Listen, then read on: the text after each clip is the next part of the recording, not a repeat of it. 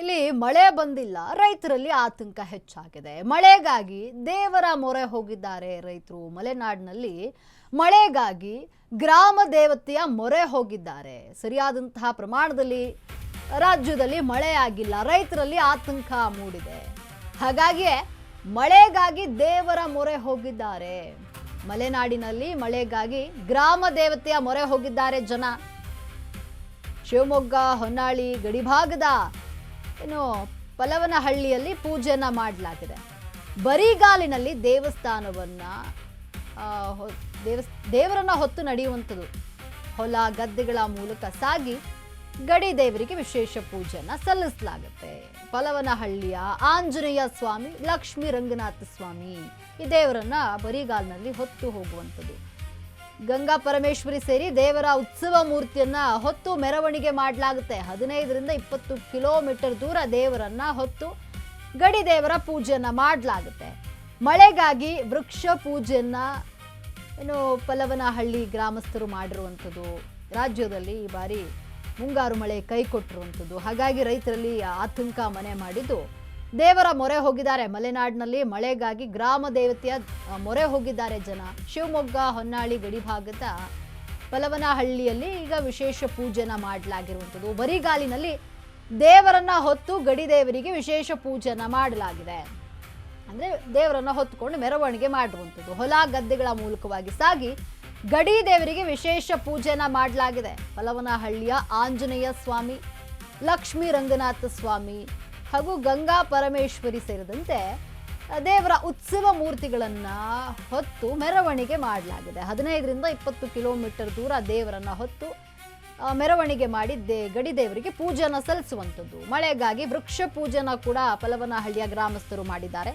ಈ ರೀತಿ ಮಾಡಿದ್ರೆ ಮಳೆ ಆಗುತ್ತೆ ಅನ್ನುವಂಥದ್ದು ರೈತರ ನಂಬಿಕೆ. ಹಾಗಾಗಿ ನೋಡಿ, ದೇವರ ಮೊರೆ ಹೋಗಿ ದೇವರ ಉತ್ಸವ ಮೂರ್ತಿಗಳನ್ನ ಮೆರವಣಿಗೆ ಮಾಡಿರುವಂಥದ್ದು. ಅದು ಬರಿಗಾಲಿನಲ್ಲಿ 15ರಿಂದ 20 ಕಿಲೋಮೀಟರ್ ದೇವರನ್ನ ಹೊತ್ತು ಹೊಲ ಗದ್ದೆಯ ಮೂಲಕವಾಗಿ ತೆರಳಿ ಮೆರವಣಿಗೆಯನ್ನ ಮಾಡಲಾಗಿದೆ. ಶಿವಮೊಗ್ಗ ಹೊನ್ನಾಳಿ ಗಡಿಭಾಗದ ಒಂದು ಗ್ರಾಮದಲ್ಲಿ ಈ ರೀತಿ ವಿಶೇಷ ಪೂಜೆನ ದೇವರಿಗೆ ಸಲ್ಲಿಸಲಾಗಿರುವಂಥದ್ದು. ಈ ಬಾರಿ ವಾಡಿಕೆಗಿಂತ ಮುಂಗಾರು ಮಳೆ ಕಡಿಮೆ ಆಗಿದೆ. ಹಾಗಾಗಿ ರೈತರಲ್ಲಿ ಆತಂಕ ಮನೆ ಮಾಡಿರುವಂಥದ್ದು. ಏನಪ್ಪ ಮಳೆ ಬರಲಿಲ್ಲ ಅಂದರೆ ಏನು ಕತೆ, ಹೇಗೆ ಬೆಳೆಯೋದು, ಏನು ಮಾಡೋದು ಅನ್ನುವಂಥದ್ದು ರೈತರ ಆತಂಕ ಆಗಿದೆ. ಕುಡಿಯಲು ನೀರು ಸಿಗುತ್ತೋ ಸಿಗೋದಿಲ್ಲೋ ಆ ಮಟ್ಟಿಗೆ ಈ ಸಲ ಮಳೆ ಕಡಿಮೆ ಆಗಿರುವಂಥದ್ದು.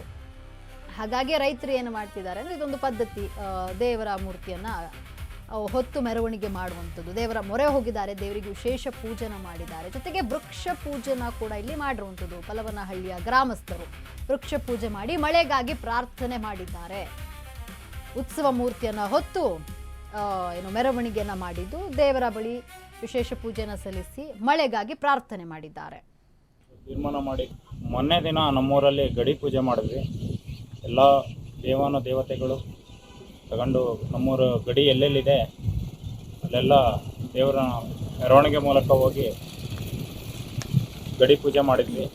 ನಮ್ಮೂರಲ್ಲಿ ಹಿರಿಯರು ಮತ್ತು ಗ್ರಾಮಸ್ಥರು ಎಲ್ಲರೂ ಸೇರಿ ಒಂದು ತೀರ್ಮಾನ ಮಾಡಿ ಗಡಿ ಪೂಜೆ ಮಾಡಬೇಕು. ಮಳೆ ಬರೋದ ಕಾರಣ ಎಲ್ಲೆಲ್ಲಿ ಗಡಿ ಇದೆ ಎಲ್ಲ ಹತ್ರನೂ ದೇವರು ಮೆರವಣಿಗೆ ಮೂಲಕ ಹೋಗಿ ಗಡಿ ಪೂಜೆ ಮಾಡಿ ಮತ್ತೆ ವಾಪಸ್ ಹಿಂದಿರುಗಿದ್ವಿ ಮರಳಿ ಊರಿಗೆ. ನಮ್ಮೂರಲ್ಲಿ ಪ್ರಮುಖವಾದ ಬೆಳೆ ಮೆಕ್ಕೆಜೋಳ, ಅಡಿಕೆ ಮತ್ತು ಮುಂತಾದ ಬೆಳೆಗಳಿದ್ದಾವೆ. ಆದರೆ ಮಳೆ ಬರಲೇ ಇಲ್ಲ. ರೈತರು ಮಳೆ ಬರುತ್ತೆ, ಒಂದು ಸತಿ ಮಳೆ ಬಂತು ಬಿತ್ತಿದ್ರು, ಮತ್ತು ಸರಿಯಾಗಿ ಬೀಜ ಹುಟ್ಟಲಿಲ್ಲ, ಮತ್ತು 2ನೇ ಸಲ ಬಿತ್ತನೆ ಮಾಡಿದ್ದಾರೆ. ರೈತರಲ್ಲಿ ಮಂದಹಾಸನೆ ಹೋಗ್ಬಿಟ್ಟಿದೆ. ಬೀಜ, ಗೊಬ್ಬರ ಎಲ್ಲದೂ ರೇಟ್ ಜಾಸ್ತಿ. ಇಂಥ ರೇಟಲ್ಲೂ ರೈತರು ಎರಡು ಸಲ ಬಿತ್ತನೆ ಮಾಡಿದ್ದಾರೆ. ಆದರೂ ಕೂಡ ಮತ್ತೂ ಮಳೆ ಬರಲೇ ಇಲ್ಲ. ಇಲ್ಲಿವರೆಗೂ ಮಳೆ ಬಂದಿಲ್ಲ. ಗಡಿ ಪೂಜೆ ಮಾಡಿದ್ದೀವಿ, ದೇವರ ಅನುಗ್ರಹ ಮುಂದೆ ಏನಾಗುತ್ತೋ ನೋಡಬೇಕು. ರೈತರಲ್ಲಿ ಮಂದಹಾಸನೆ ಹೋಗ್ಬಿಟ್ಟಿದೆ, ಕಷ್ಟದಲ್ಲಿದ್ದಾರೆ. ನಮ್ಮ ನ್ಯಾಮತಿ ಮತ್ತು ಹೊನ್ನಾಳಿ ತಾಲೂಕಿನ ರೈತರು ತುಂಬ ಕಷ್ಟದಲ್ಲಿದ್ದಾರೆ ಮಳೆ ಬರದ ಹಿನ್ನೆಲೆ. ಆದಷ್ಟು ಬೇಗ ಸರ್ಕಾರ ಮತ್ತು ನಮ್ಮ ಹೊನ್ನಾಳಿ ಮತ್ತು ನ್ಯಾಮತಿ ಅವಳಿ ತಾಲೂಕಿನ ಶಾಸಕರು ಆದಷ್ಟು ಬೇಗ ಇದ್ರ ಬಗ್ಗೆ ಗಮನ ಹರಿಸಬೇಕು. ಆದಷ್ಟು ಬೇಗ ಗಮನ ಹರಿಸಿ ನಮ್ಮ ತಾಲೂಕಿನ ರೈತರಿಗೆ ಆದಷ್ಟು ಬೇಗ ಸರ್ಕಾರದಿಂದ ಏನಾದ್ರು ನ್ಯಾಯ ದೊರಕಿಸಿ ಕೊಡಬೇಕು ಅಂತ ಮನವಿ ಮಾಡ್ತೀನಿ ಮತ್ತು ಫಲನಹಳ್ಳಿ ಗ್ರಾಮಸ್ಥರ ಪರವಾಗಿ ಮನವಿ ಮಾಡ್ತಾಯಿದ್ದೀನಿ. ಮೊನ್ನೆ ದಿನ